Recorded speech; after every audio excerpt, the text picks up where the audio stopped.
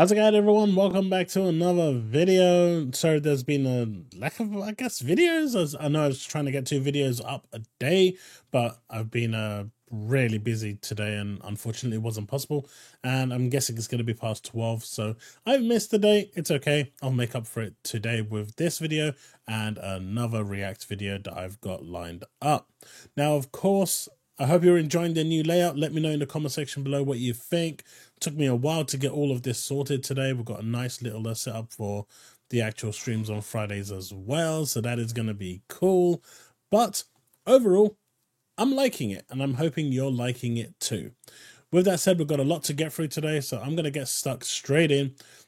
Apparently, the game Indiana Jones that is coming to Xbox and Game Pass and PC is going to be called Indiana Jones The Great Circle.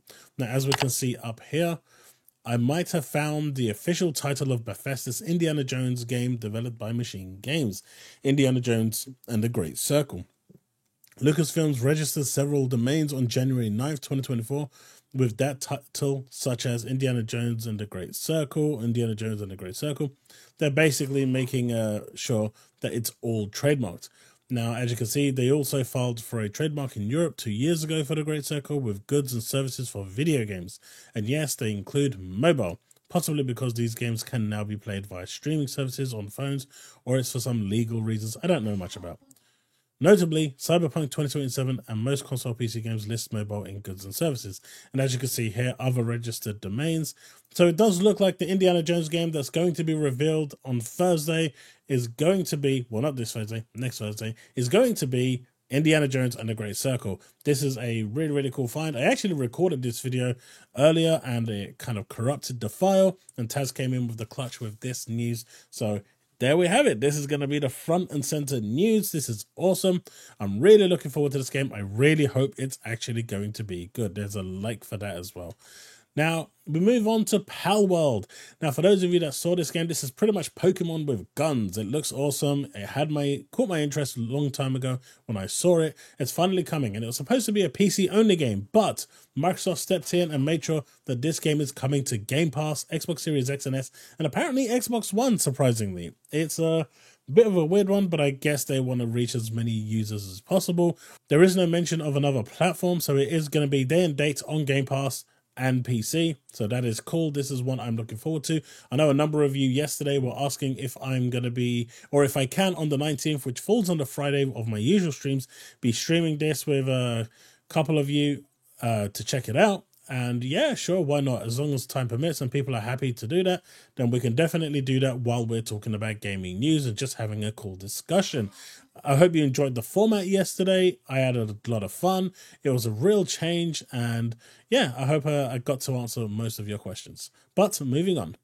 So this one from Tom Warren. Twitch has confirmed it's laying off another 500 people, just over 500 people, he says, today, around 35% of its staff. I mean, we thought the cuts were pretty much done with 2023. Unfortunately, it's not. The cuts at Amazon-owned Twitch come just hours after Amazon also cut hundreds of Prime Video and MGM Studio workers. It seems like the cuts are being hit all over the place, but Twitch just isn't done cutting yet as they try to, it's crazy. So, J-Rock says, breaking news, PlayStation finally has announced the Developers Direct, and, good on them. It's been a while. They've been trying since last August. They had 2 failed, showcases. It looks like their top secret showcase is finally being announced. It will be actually airing on the same day as Xbox's one. And as we can see here, they're going to be showcasing Factions, Abandoned, Deviation Games, Knights of the Old Republic, and of course, you can never have a bit too much Pornhub. So there you have it. The official PlayStation showcase, not the CES one that showed the same games and just what they're capable of. This is their official showcase. This is what they'll be showing live here on this channel. So I hope you're all going to be tuning in for that. But for those of you that are on the PlayStation bandwagon, you've got this to look forward to. And as we can see here, the Black Viking as well, doing the same thing. Factions, the Knights of the Old Republic. He's actually added baby steps. I guess they're going to be showing more on baby steps. And of course, there's Pornhub too. All right, all right, all right. I tried to keep a straight face. I couldn't, man. I've recorded this too many times. I'm just gonna stop. I can't keep a straight face. I can't do it. I was almost there as well. Now this one is a little bit different because this guy Alex Smith, he's a developer, ex-developer from Ben Studios, and I guess his dream is to be a leaker or someone who can read the room, because from everything he's actually predicted, he's actually worse than Jeff Grubb. You know, he can't actually get anything right. I don't think he's got a single thing right. In fact, you know, if we're looking at the things that he's actually said, predicted, not a single one has been correct that I've seen. Maybe you might have seen something, but all the stuff that I've seen from this guy, he's been 100% wrong. And now he's saying, breaking news, the licensing of Indiana Jones and sales quotas for Disney made the project reach a large level of investment by Bethesda and Microsoft. Today, there is a fight between Disney and Bethesda for the game to continue multi-platform. There is no such thing, because Aaron Greenberg, as we're going to see in a minute, has confirmed that it's not going to PlayStation. It is staying on PC, Xbox, and Game Pass. I really don't know how this guy seems. Maybe he's just a troll. But if he is trying to be some kind of industry analyst where he's predicting stuff, I mean, he's at the moment 100% wrong. And it's like that Godzilla movie that I really enjoyed watching, where, you know, he instead of like being 100% right, or at least close to 100% right, he's gone the opposite way, man. He's gone the opposite way. This is what comes into my head when I see this guy making a prediction. So yeah, that's exactly what I'm envisioning. They're telling him it's going the wrong way. You're making a fool out of yourself. You pretty much have become the clown of the internet. And he is still sitting here making predictions that are 100% wrong. And they're telling people to shut up when they actually prove that he is wrong. Trust me with his source. Yes, where do you make this rubbish up? It was pretty well documented through the court cases that it's going there. Why would Bethesda fight? They used to make games for years before the acquisition timed exclusives. The voices in my head revealed it to me. I think Bethesda games will still come to PlayStation. Oh, Grandma, let's get it. Any source behind any of this? His source is over here. The voices in my head revealed it to me. I love how PlayStation and Xbox fans are stomping you right now, because even PlayStation fans know that this guy is full of shit. The fact that it is known that it's up to the publisher which platforms they go on, not Disney. Your complete moron keeps huffing that copium. Complete lies.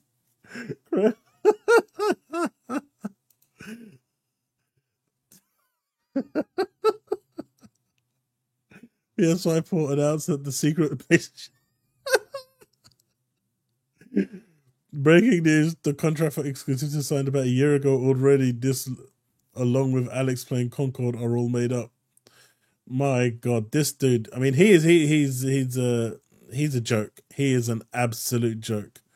This guy is just. He's never right, man. He's never right. But you know what makes it worse? It's this. Aaron Greenberg. We're thrilled to kick off 2024 with our second ever Developer Direct next Thursday, January 18th, which I'll be streaming right here. So make sure you tune into that. Hoping you will join us to experience the magic of visiting these studios and teams for an inside look at these games coming to Xbox, PC, and Game Pass. There's no mention of PlayStation here. And at the court, during the FTC trial, it was already announced that it's going to be exclusive. That was supposed to be a secret thing, but the FTC decided to unearth it, and it got revealed during the trial that Microsoft basically went to Disney and said, this ain't coming to PlayStation, it's an Xbox exclusive. And Disney said, I don't care as long as you make me money. And Microsoft said, well, you'll get your money. And then they said, then do what the hell you like. But as you can see down here, Machine Games, Indiana Jones, it's not happening, folks. And Alex, it's really not happening. I think you just need to go. I think you need a new career, my friend. You need a new career, because predicting what's going to happen in the industry and being 100% wrong, you know, at some point you have to have some self-reflection, some self-respect, some self-dignity at this point, and just know that you're pretty awful at this. All right, so next we move on to MBG. Say Spider-Man 2 was forgettable. I agree, says J-Rock. Hell, Starfield, which came out before Spider-Man 2, is still being talked about, even by ponies. And for those of you that are going to bring it up, the DICE Awards and Game of the Year nominations have been announced. Unfortunately, Starfield is not in there. It got beaten by Cocoon. Now, Cocoon is a good game, but that seems a little weird. But that said, Spider-Man was nominated, so it's going to go 0 out of 8, because regardless of who's in there, the fact that Baldur's Gate 3 and Alan Wake 2 is in the Game of the Year nominations means one of those two are going to win it anyway, so no one has a chance. But let's listen to what he says. I wanted to discuss Spider-Man 2, but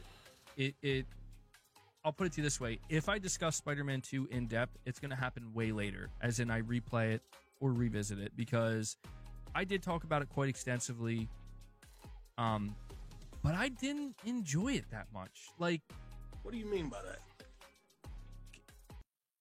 Wasn't these people capping that this was the best game for PlayStation? It was, I mean, I guess it was the only game for PlayStation that was first party last year. But like, wasn't they saying like, this is Game of the Year, this is much better than Baldur's Gate and Alan Wake and Starfield and all this and all that? And they were saying like it's the best game ever and it deserved like a 95 Metacritic and all this and all that. And now they're turning around and saying this? I'll be honest with you, it's not that I didn't enjoy my time with it. Like, I had fun playing it. And I agree, right? The last third of the game was actually pretty good. The first 2/3 were actually pretty boring, but the last third, where they actually got that hype with Venom and everything else that happened, like it was pretty much back-to-back bosses. That was actually pretty cool, but I guess they designed it that way to give you those rose-tinted glasses, to give you that fake persona that the game is actually better than it actually is. And because of that, people gave it a high score, when in fact it didn't deserve a 9. It probably deserved an 8 at the most. But let's listen to what he's saying. But man, it was just forgettable. And that's the point right there. It is forgettable. No one is talking about Spider-Man. No one cares about Spider-Man anymore. That game kind of came and died within 2 days. So, you know, all that capping for no point.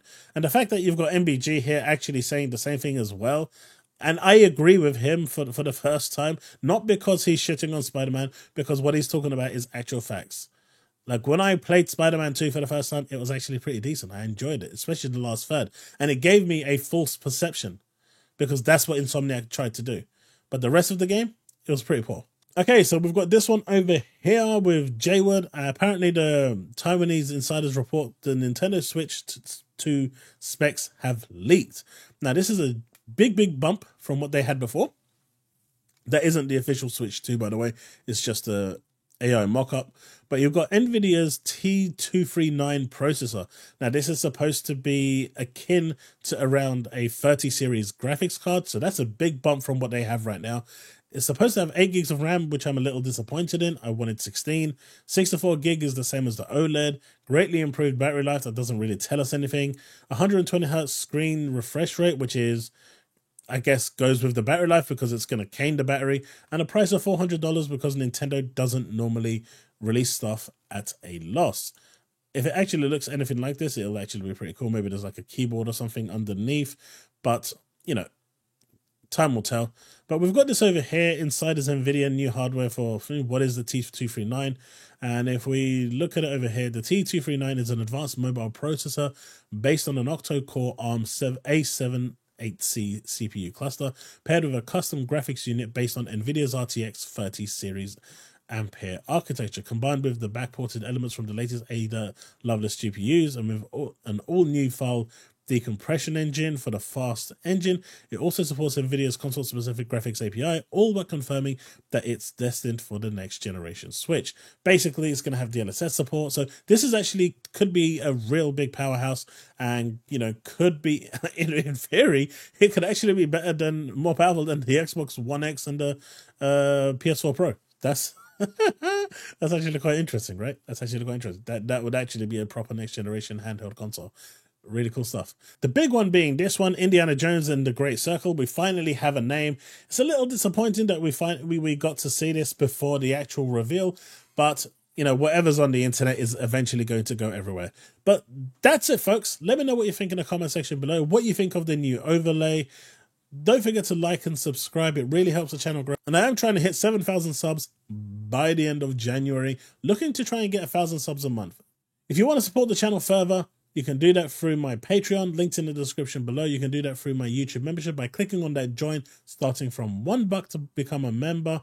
You get some cool emotes, and then the higher the tiers, you get some cool benefits. Or if you've really enjoyed this video, you can click on that super thanks and support me there.